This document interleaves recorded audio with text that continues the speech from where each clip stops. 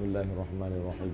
Assalamualaikum warahmatullahi wabarakatuh. Alhamdulillahi rabbil alamin. Wabihi nasta'inu ala umuri dunya waddin.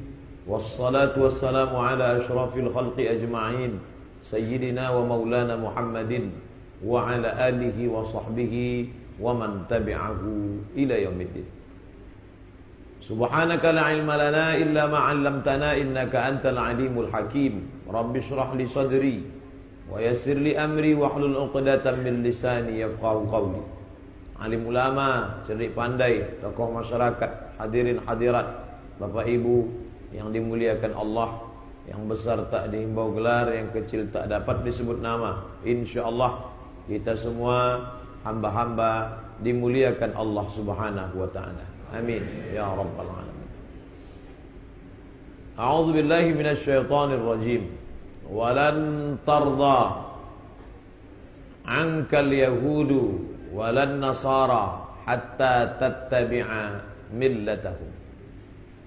Wa dan lan tidak akan. La yahdur, dia tidak datang. Lan yahdur, dia tidak akan datang. Ustaz Somad datang malam ini, dia la yahdur, tidak datang. Lan yahdur, dia tidak akan datang. Oleh sebab itu dalam ayat itu disebutkan walan tarda, dia tidak akan suka. Yang pertama tak suka itu al-yahud, Yahudi. Yang kedua walan nasara, Nasrani. Hatta tattabi'a millatahum, sampai engkau ya Muhammad sallallahu alaihi wasallam mengikuti millatahum, keyakinan mereka. Ayat ini sampai hari kiamat tidak bisa direvisi, tidak bisa dihapus. Beda dengan Undang-Undang Dasar 45, kesepakatan manusia berkumpul bersama anggota legislatif ingin merevisi bisa. Sedangkan Al-Quran berkumpul kita seluruh ulama umat manusia di permukaan bumi ini ingin menghapuskan la tabdila. Tidak ada yang bisa mengganti firman Allah Subhanahu wa taala. Tetap eksis sampai kapanpun. Ketika Nabi Muhammad sallallahu alaihi wasallam berkuasa, maka mulailah mereka datang, Yahudi Bani Nadir, Yahudi Bani Quraizah, Yahudi Qainuqa, Yahudi Khaybar. Sudah dibuatkan perjanjian, kita sama-sama orang Madinah. Apapun yang datang ke Madinah, kita harus jaga kota Madinah. Itu yang dibuat dalam muahadah, bahasa Arabnya. Bahasa kitanya perjanjian, bahasa kerennya piagam Madinah. Buka kitab Ar-Rahiq Al-Maktum, sudah disarikan singkat, ringkas, padat oleh Syekh Safiur Rahman Al-Mubarakfuri. Kalau di dalam kitab Sirah Ibnu Ishaq jelimet, ribet, sulit, payah. Disederhanakan oleh Sirah Ibnu Hisham belakangan oleh Syekh Safiur Rahman Al-Mubarakfuri dalam Ar-Rahiq Al-Maktum. Poin-poin perjanjian kerjasama. Apa yang terjadi? Mereka berkomplot, bersekongkol dengan orang kafir Quraisy, Abu Jahal, Abu Lahab yang datang dari kota Makkah, Abu Sufyan, pengkhianat. Padahal mereka sama-sama tinggal di kota Al-Madinah Al-Munawwarah. Bukti kebenaran firman Allah, walan tarda ankal yahudu walan nasara. Mereka tidak akan pernah puas, wahai Muhammad sallallahu alaihi wasallam. Sampai kapan? Hatta tattabi'a, sampai engkau ikut mereka. Betulkah umat ini akan mengikut mereka? Betul. La tattabi'unna sunanal ladzina min qablikum. Kalian akan mengikuti mereka. Mereka bersungguh-sungguh untuk mengajak, dan kalian yang lemah iman pun pasti akan mengikuti mereka. Shibran bi shibrin, sejengkal sejengkal, zira'an bi zira'in, sehasta demi sehasta. Pertama sikit, sejengkal. Yang kedua sehasta. Hatta law dakhalu juhra dabbin, Sampai-sampai andai mereka masuk ke dalam lubang biawak, ladakhaltumuhu, kalian pun akan ikut juga ke dalam. Dari cara makan, cara nikah, cara walimah, cara bicara, cara berpakaian, cara menyambut tamu, sampai cara minum, sampai semuanya kalian akan ikut mereka. Kalau kalian tak sadar, sedikit demi sedikit, sehasta demi sehasta, sampai masuk ke lubang biawak pun kalian akan ikut juga. Sampai akhirnya umat ini tidak bisa dikalahkan dengan pedang. Dengan pedang, dengan tombak, dengan panah, kita selalu menang. Muncul seorang raja bernama Louis XIX. Dalam buku literatur Arab disebut Al-Malik Louis Tasi Asar. Orang barat menyebutnya Louis, orang Perancis menyebutnya Louis. Hilang S-nya di ujung, terserahlah. Yang jelas itu Raja Louis XIX mengatakan umat Islam tak bisa kita kalahkan dengan pedang. Kenapa? Mereka jago pakai pedang. Dengan tombak tak bisa. Mereka menang. Maka kalau begitu dari mana? Kita kalahkan mereka dari dalam. Muncullah istilah baru yang disebut dengan Al-Ghazwul Fikri. Ghazwu perang, fikri pikir. Ghazwul Fikri perang urat saraf pemikiran. Mereka kalau tahu diperangi umat ini pakai meriam, pakai senapan, pakai bom atom, takkan bisa dikalahkan. Karena di dalam diri mereka itu ada sesuatu yang tak mungkin bisa hilang. Apa dia? Iman. Iman itu orangnya bisa dipenjara. Said Qutb namanya. Badannya bosek, disimpan dalam kerangkeng di bawah tanah. Siapa namanya? Haji Abdul Malik Karim Amrullah Hamka. Tapi pikiran tak bisa. Oleh sebab itu satu-satunya yang bisa mengalahkan mereka adalah dengan cara Al-Ghazwul Fikri. Ghazwu perang, fikri pemikiran. Orang barat menyebutnya brain wash. Wash cuci, brain otak, cuci otak. Apa alat-alat yang dipakai? Nanti kalau ada ustadz menyebut 10, ada ustadz menyebut 12, ada ustadz menyebut 7. Itu berbagai macam ijtihad. Saya memakai yang 5. Ada 5 cara yang mereka pakai untuk merusak pikiran umat Islam. Bagaimana caranya? Yang pertama, mereka rusak dengan cara al-istishraq. Al-istishraq diambil dari kata syarq. Syarq artinya timur. Al-istishraq dalam terjemahnya orientalis. Oriental timur. Orientalis orang barat yang mengkaji tentang timur. Dikajinya bahasa kita, dikajinya Quran kita, dikajinya hadis kita, dikajinya fikih kita.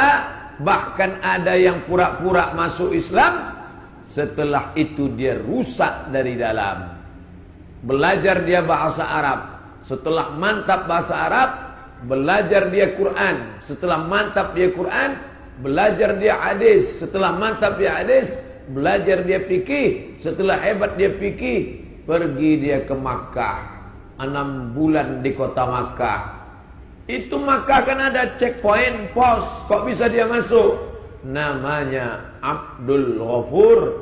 Tentu kalau di paspor Abdul Ghafur bisa, karena beda-beda tipis dengan Abdul Somad. Abdul Ghafur masuk dia ke dalam. Berkenalan dia dengan Nawawi Al-Bantani. Dia pelajari bagaimana orang Banten. Berkenalan dia dengan Ahmad Khatib Al-Minkabawi. Dia pelajari tipikal orang Minangkabau. Dia pelajari orang-orang Indonesia, Sumatera, Kalimantan, Bugis yang ada di kota Makkah. Setelah matang persiapannya, baru dia terjun masuk ke Aceh. Namanya istishraq, mengkaji timur. Orang yang mengkaji timur itu disebut mustasyrik. pakar ketimuran. Orang barat menyebutnya orientalis. Orientalis. Belajar dia dan seriusnya luar biasa. Hebat sampai bahasa Arab semantap-mantapnya. Hebat sampai bisa membaca Al-Quran. Hebat sampai dia paham hadis. Tapi niatnya, disitulah letak beda dia dengan kita. Innamal a'malu binniyat. Makanya kalau ada anak orang Islam rajin baca buku, rajin ngapal Quran, rajin ngapal hadis, tapi tidak untuk diamalkan, hanya untuk mendebat ulama, hanya untuk membodoh-bodohi orang dungu, maka di akhirat dia satu sel dengan orientalis. Sampai ke Aceh, di laganya orang Aceh, Divide et Impera, di obok-oboknya Aceh, setelah berkelahi, bertengkar, berkonflik gara-gara khilafiyah, baru dia pulang ke Bandung, Jawa Barat. Setelah itu dia pun pulang ke Amsterdam, mati di Belanda. Tapi di batu nisannya tidak tertulis Abdul Ghafur. Dia tetap dengan nama aslinya, Snok Horgroni, mengkaji Islam. Jadi kalau ada orang mengatakan, siapa itu ulama? Ulama yang hebat bahasa Arab. Snok Horgroni pun hebat bahasa Arab. Siapa itu ulama yang hebat menafsirkan Al-Quran? Snok Horgroni pun hebat menafsirkan Al-Quran. Siapa itu ulama yang hebat paham hadis? Snok Horgroni pun banyak baca kitab hadis. Yang ngerti mazhab Hanafi, Maliki, Syafi'i, Hambali. Snok Horgroni pun hebat perbandingan fikih. Bagaimana dia bisa melaga orang dalam perbandingan mazhab kalau dia tak paham mazhab? Tapi ingat, Allah memberikan kriteria. Siapa itu ulama? Ulama kata Allah dalam Al-Quran, a'udzubillahi minasyaitonirrajim, innama yakhshallaha, sesungguhnya yang takut kepada Allah, min ibadihil ulama, yang takut kepada Allah itu adalah ulama. Ustaz, siapa ulama itu Pak Ustaz? Anggota MUI kah? Orang NU kah? Orang Muhammadiyah kah? Hizbut Tahrir kah? Jamaah Tabligh kah? FPI kah? Ulama adalah yakhshallaha, orang yang takut kepada Allah Subhanahu wa taala. Itulah ulama. Kalau hari ini ada orang yang takut kepada Allah, itulah ulama yang mengamalkan ilmunya. Adapun yang ahli tafsir, profesor, doktor, hebat bahasa Arab, tak takut kepada Allah, menjual keyakinannya, tidak ada harga dia di hadapan Allah. Sama dia dengan Abdul Murtad Ghafur Snok Horgroni laknatullah alaih. Na'udzubillah. Mati Snok Horgroni, dilanjutkan oleh pelanjutnya. Siapa namanya? Aren Jan Wensing, disingkat dengan AJ Wensing. Aren Jan Wensing. Bapak kalau pergi ke perpustakaan Pasca, di situ ada buku panjangnya hampir semeter. Judulnya apa? Al-Mu'jam Al-Mufahras li Al-Fazil Hadis. Kamus Indeks Pencari Hadis dalam 9 kitab. Kalau kita mau cari ayat Quran, tak tahu letaknya di mana. Ustaz ceramah, setiap ceramah nyebut ayat, tapi tak tahu ayatnya di mana. Siapa ustaz yang sering ceramah nyebut ayat tapi tak nyebutkan suratnya? Ustaz Somad. Gimana cara nyarinya? Ada kamus indeks, namanya Fathur Rahman li Talibati Ayatil Quran. Apa misalnya kata ustaz itu tadi? Walan tardo, rodiya yardo, cari huruf ro, rodiya yardo. Oh, surat ini. Dikembangkan kamus itu selanjutnya oleh Syekh Muhammad Fuad Abdul Baqi. Nama kamusnya Al-Mu'jam Al-Mufahras li Al-Fazil Quran. Kamus pencari ayat Quran. Kalau mau nyari hadis di mana? Ini ada kamus panjang. Al-Mu'jam Al-Mufahras li Al-Fazil Hadis. Kamus pencari hadis dalam 9 kitab. Sahih Bukhari, Sahih Muslim, Sunan Abi Dawud, Sunan Nasai, Sunan Tirmidzi, Sunan Ibn Majah, Musnad Ahmad bin Ambal, Muwatta Malik, Sunan Ad-Darimi. mencari kitab dalam mencari hadis dalam 9 kitab. Berapa hadis tuh Pak Ustaz? Sahih Bukhari saja 7.275 hadis. Kalau diulang-ulang, kalau tak diulang 4.000, Sahih Bukhari 4.000, Sahih Muslim 4.000. Yang paling besar di antara 9 kitabnya apa? Musnad Ahmad bin Hanbal. Berapa isinya? Tergantung cara menghitungnya. Sebagian mengatakan 30.000 hadis, sebagian mengatakan 40.000 hadis. 9 kitab ini sudah dikunyah habis oleh Aren Jan Wensing. Dari namanya saja Bapak Ibu, Aren Jan Wensing. Ini orang tidak sunat. Aren Jan Wensing. 9 kitab. Berapa lama dia mengkaji 9 kitab, membuat kamus indeks? 40 tahun. Kalau diperiksa mata Aren Jan Wensing dengan mata kita, nanti di akhirat, ini mata Aren Jan Wensing, ini mata kita, diklik kanan, cek properties. Mana yang paling banyak baca kitab hadis? Aren Jan Wensing 75% baca 9 kitab. Orang Islam not found. Tak ditemukan. Tapi ilmunya bukan untuk mencari kebenaran. Niat dari awal untuk mengobok-obok umat Islam. Tapi saya kagum dengan Aren Jan Wensing. Gimana Ustaz Somad ini? Judulnya katanya mencuci otak. Dia malah kagum dengan yang mencuci otak umat Islam. Kenapa Ustaz kagum? Dia mau masuk neraka aja seriusnya begitu. Dia mau masuk neraka, seriusnya minta ampun. Ini ada orang Islam mau masuk surga, baru baca 2-3 hadis. Nanti waktu di akhirat, Aren Jan Wensing dalam neraka dia menengok. Beruntungnya lah kalian orang Pekanbaru, orang Islam. Aku 40 tahun mengkaji hadis masuk neraka. Kalian seminggu sekali hari Sabtu subuh. Itu pun begitu selesaikan langsung turun. Kan ada sarapan pagi dari Al-Azhar Sifabudi gitu. Bapak Ibu yang dimuliakan Allah Subhanahu wa taala. Begitu seriusnya mereka mengkaji. Memang sebagian ada yang masuk Islam. Niat dia mau mencari kelemahan-kelemahan Quran. Apa saja kelemahan Quran, cari. Malah jatuh cinta. Seperti kata pepatah, jatuh cinta kepada penculiknya.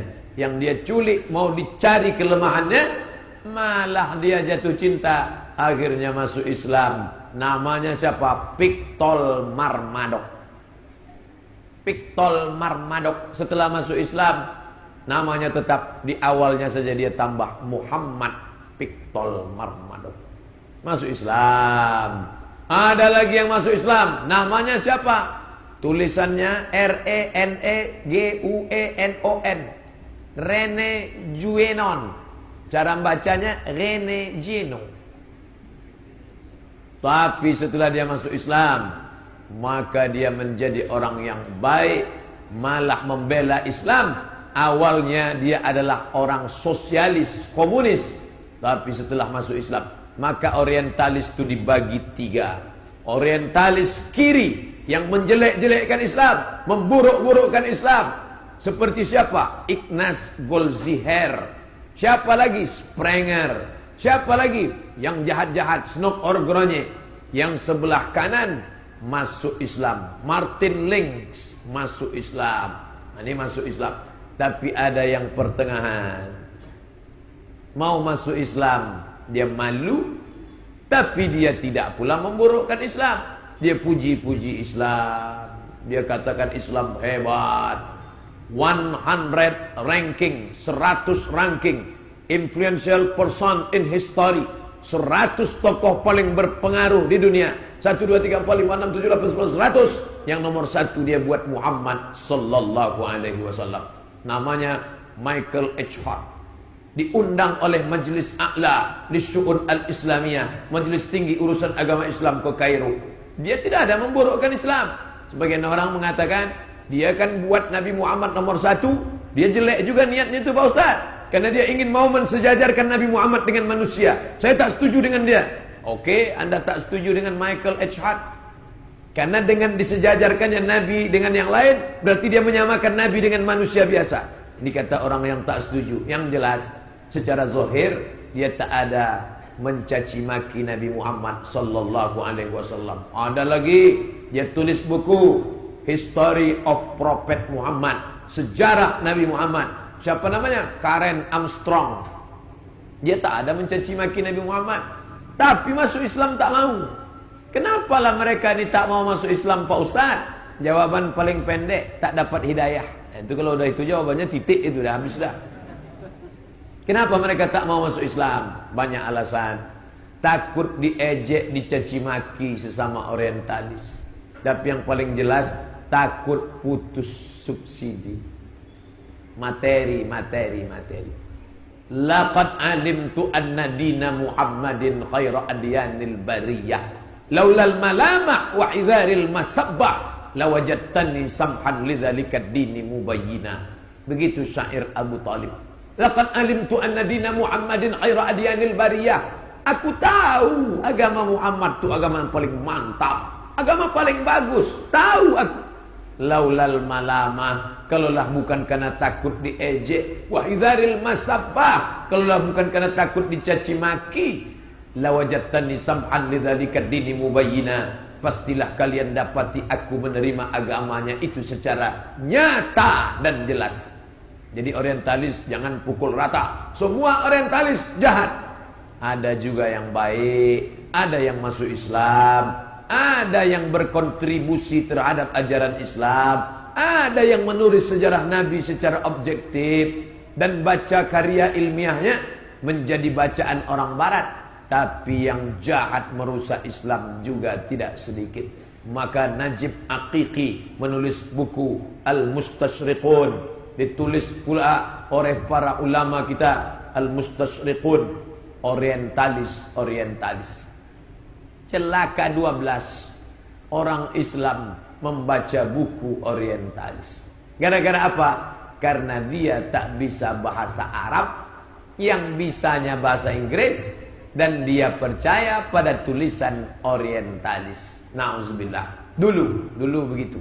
Banyak orang Islam mengambil Islam dari orientalis. Sekarang alhamdulillah orang sudah mengambil Islam. Bahkan orang-orang Islam yang belajar kepada orientalis pun membantah orientalis. Siapa di antaranya?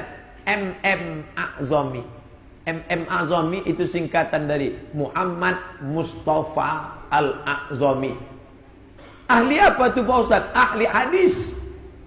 Dr. M.M. A'zami. Dapat gelar doktornya di mana? Cambridge University. Di mana itu? London. Menulis disertasi pakai bahasa Inggris, membantah orientalis tentang ilmu hadis. Kata Ignaz Goldziher, sanad yang sampai ke Nabi. Imam Bukhari meriwayatkan dari Abdullah bin Maslamah, Abdullah bin Maslamah meriwayatkan dari Malik bin Anas, Malik bin Anas meriwayatkan dari Abu Zinad, Abu Zinad meriwayatkan dari Al-A'raj, Al-A'raj meriwayatkan dari Abu Zinad, Abu Zinad meriwayatkan dari Abu Hurairah, Abu Hurairah dari Muhammad SAW. Itu sanad, itu dibuat-buat saja itu, kata Ignaz Goldziher. Tak ada sebetulnya sanad itu. Dibantah oleh orang bukan yang tamat dari Al-Azhar, bukan dari Al-Madinah Al-Munawwarah, tapi dari Cambridge University, London, Inggris. Siapa dia? M.M. A'zami, Muhammad Mustafa Al-A'zami. Orang apa itu Pak Ustaz? Orang India. M.M. A'zami bukan orang Arab, orang India.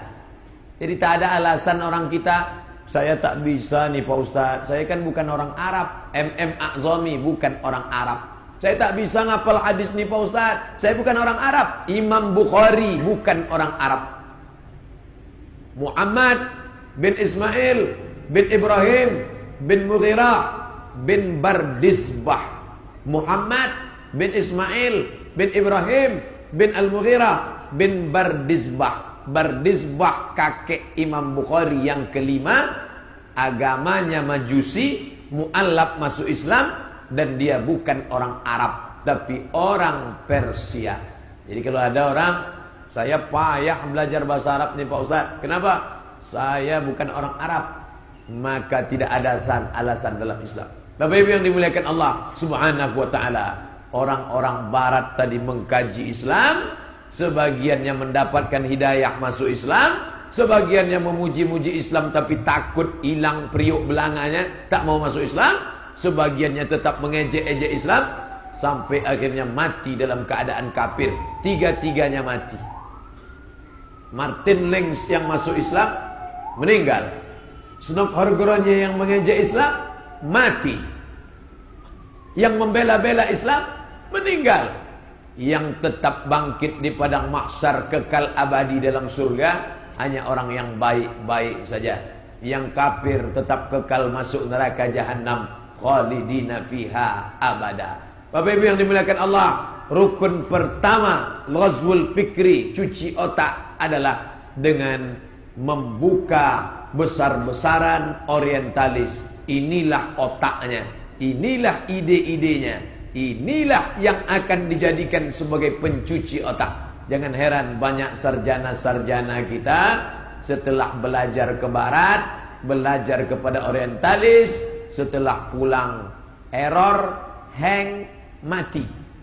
Orangnya tak mati, tulisannya berkembang, di koran banyak tulisannya, tapi imannya mati. Kenapa? Karena dirusak otaknya.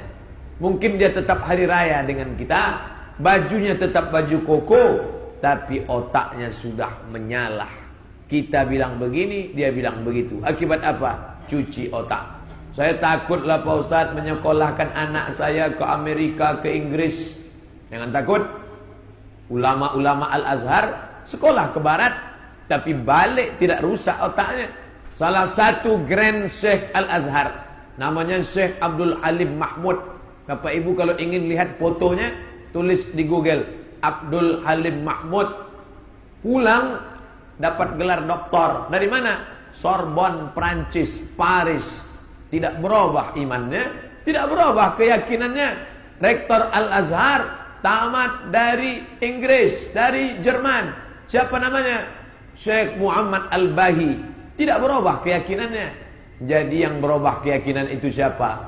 Orang kita yang basicnya tak kuat, setelah sampai ke sana langsung tumbang. Kenapa? Pondasi dasar tak kuat. Anak saya ini Pak Ustadz sudah hafal Quran 30 juz, sudah hafal sekian hadis, mantap bahasa Arab, tahajudnya kuat, zikirnya banyak, riyadhahnya mantap. Silakan, kemanapun kau menuntut ilmu nak, bukankah dalam hadis dikatakan utlubul ilma walau bisin, tuntutlah ilmu walau ke negeri Cina. Hadis dhaif, tapi boleh dipakai untuk motivasi. Tuntutlah ilmu walau ke negeri Cina. Dulu kata orang begitu, sekarang kita tak perlu ke negeri Cina, karena Cina itu sudah datang kemari. Nah, rukun yang pertama al-ghazwul fikri, cuci otak, adalah orientalis. Yang kedua, rukun yang kedua dari cuci otak ini adalah umat Islam dijauhkan dari kurikulum Islam. Yang menggodok kurikulumnya siapa? Orientalis. Tapi orientalis tak akan masuk kalau kita kuat. Badan yang sehat, kuman tak bisa masuk. Kuman hanya masuk ke badan yang rentan penyakit. Minum susu, makan buah, 4 sehat 5 sempurna, rajin olahraga, Anda akan sehat. Ketika ada yang kurang, flu, pilek, demam, batuk, dan lain sebagainya. Nah, kan banyak yang batuk. Maka anak-anak umat Islam tidak bisa dirusak kalau pesantrennya kuat. Anak umat Islam tidak akan bisa dirusak kalau dayahnya. Di Aceh namanya dayah, di tempat kita namanya pondok, di Jawa namanya pesantren. Maka dirusak dua supaya komplit. Otaknya otak orientalis, objek yang mau dirusak anak umat Islam. Bagaimana caranya? Kurikulum Islam dirusak. Dulu belajar Islam berapa pelajarannya? Untuk hadis saja, ulumul hadis mustalah hadis, rijalul hadis, hadis ta'lili, hadis maudhu'i, mukhtaliful hadis, gharibul hadis. Untuk fikih saja, fikih muqaran, perbandingan, qawaidul fikih, usul fikih, bahasa Arab, nahwu, sharaf, mantik, ma'ani, badi, bayan. Sejarah Islam dipisah, sejarah Nabi namanya sirah, Nabi saja, sejarah umum, at-tarikh al-islami, akidah, akhlak, 20 pelajaran. Sekarang pelajaran itu dipotong. Anak bapak yang sekolah di SDIT, SMP IT, SMP IT, SMA IT, Islamic Boarding School, pondok pesantren, masih syukur ada 5 pelajaran.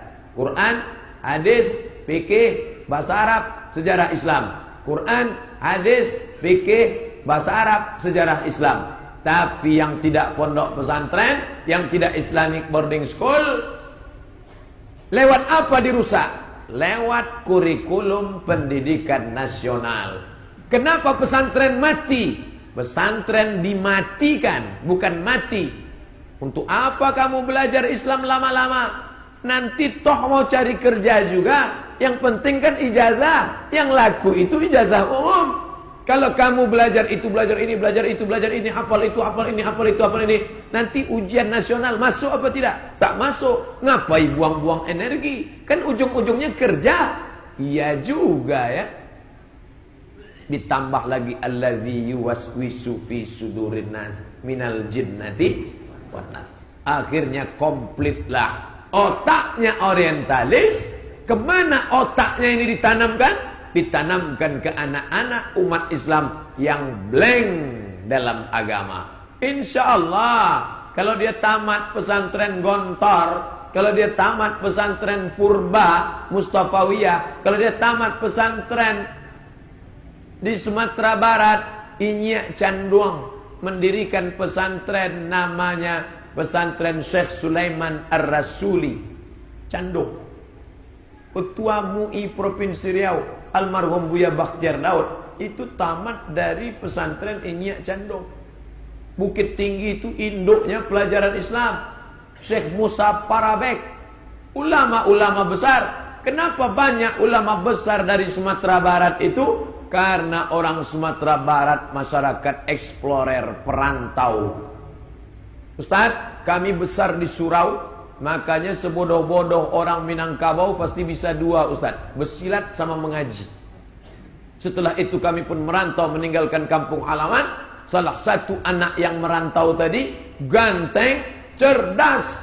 Lalu kemudian dinikahkan dengan anak saudagar Kurdi, orang Kurdistan, bernama Syekh Saleh Al-Kurdi. Lalu kemudian menikahlah dia. Kebetulan mertuanya tadi dekat dengan Syarif Makkah, pemimpin Makkah waktu itu. Sebelum revolusi King Abdul Aziz tahun 1924. Akhirnya dia memiliki jabatan tertinggi di kota Makkah, mufti mazhab Syafi'i. Orang Bukit Tinggi itu bernama Syekh Ahmad Khatib Al-Minkabawi. Meninggal 1916. Minkabawi artinya Minangkabau. Maka murid-muridnya yang pulang itulah yang menjadi cikal bakal ormas-ormas yang ada sekarang. Syekh Ahmad Khatib Al-Minkabawi punya murid namanya Syekh Hasan Maksum. Syekh Hasan Maksum pulang ke Sumatera Utara. Cikal bakal murid-murid Syekh Hasan Maksum, berdirilah ormas bernama Al-Jam'iyatul Wasliyah. Al-Wasliyah.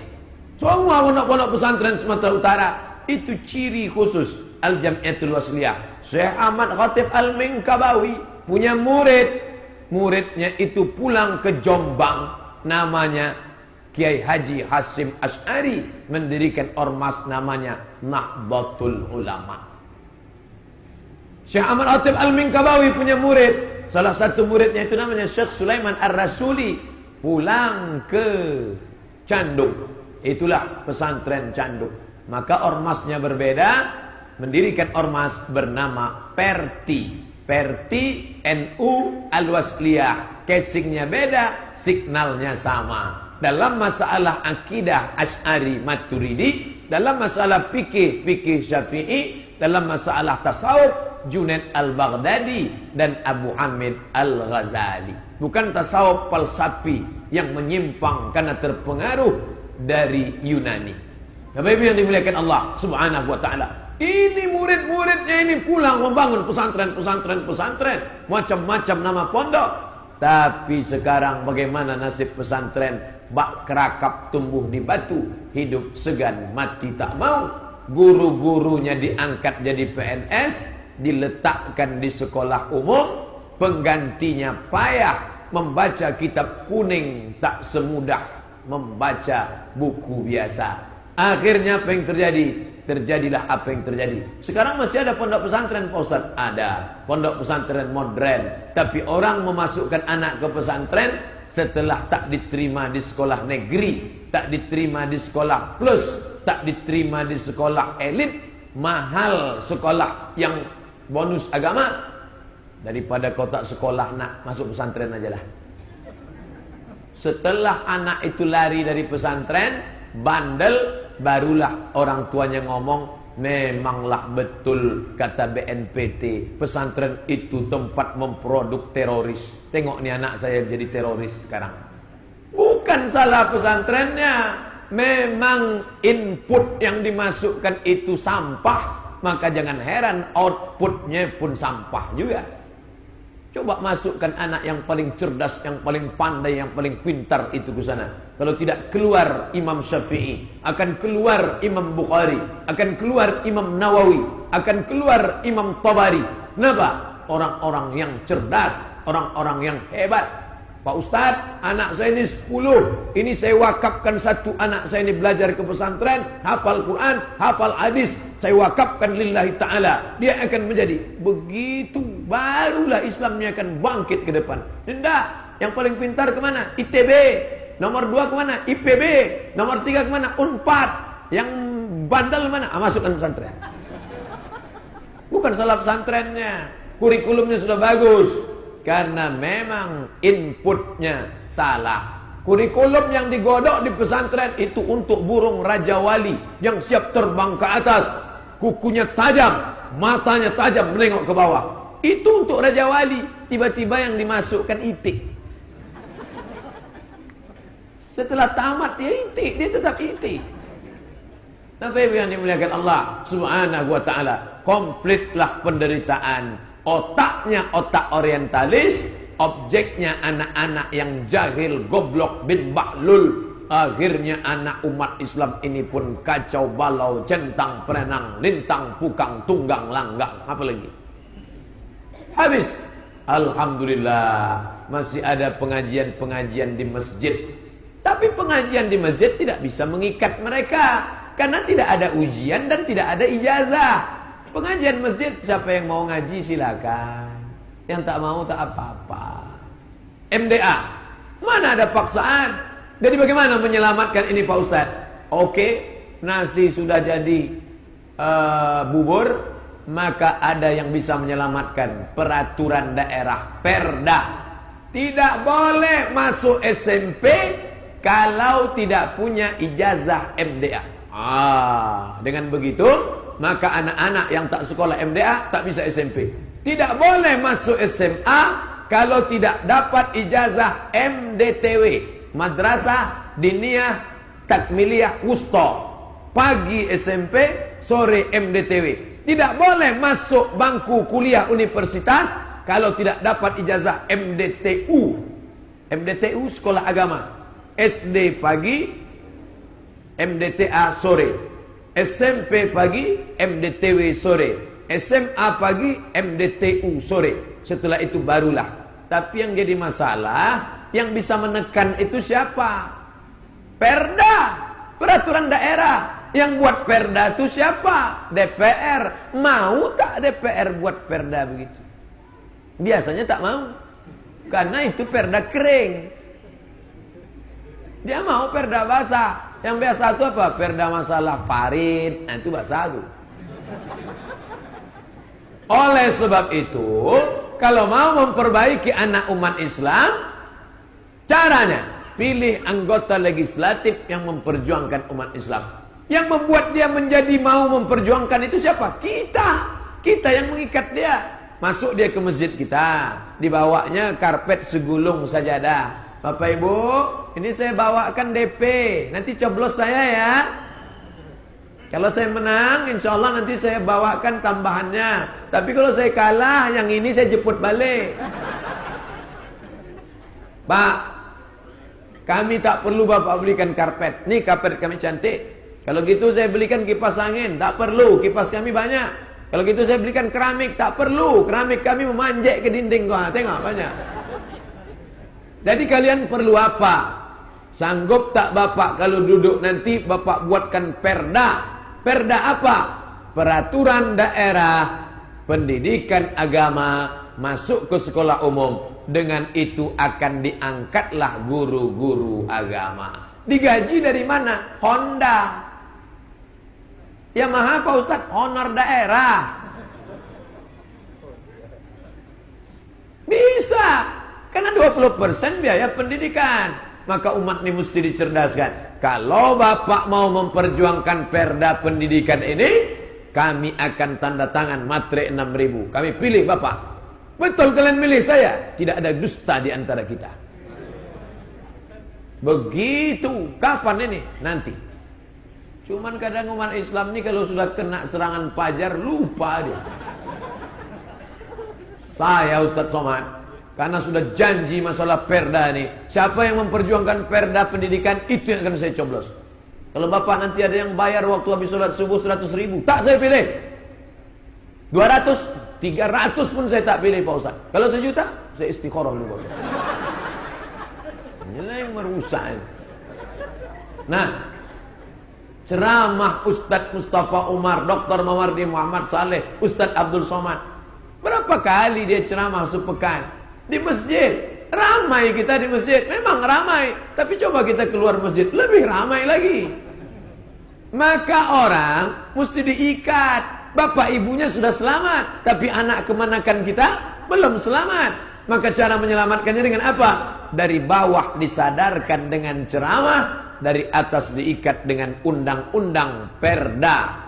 Kalau wali kota, bupati mau bersama, maka akan muncul namanya perbub. Perbub, peraturan bupati. Perwako, peraturan wali kota. Pergub, peraturan gubernur. Yang paling bagus perda, karena lebih kuat. Anggotanya tak mau. Perbub, pergub, perwako. Yang membentuk itu siapa? Kita. Itulah gunanya berjamaah. Mereka akan pikir-pikir kalau sudah jamaah banyak.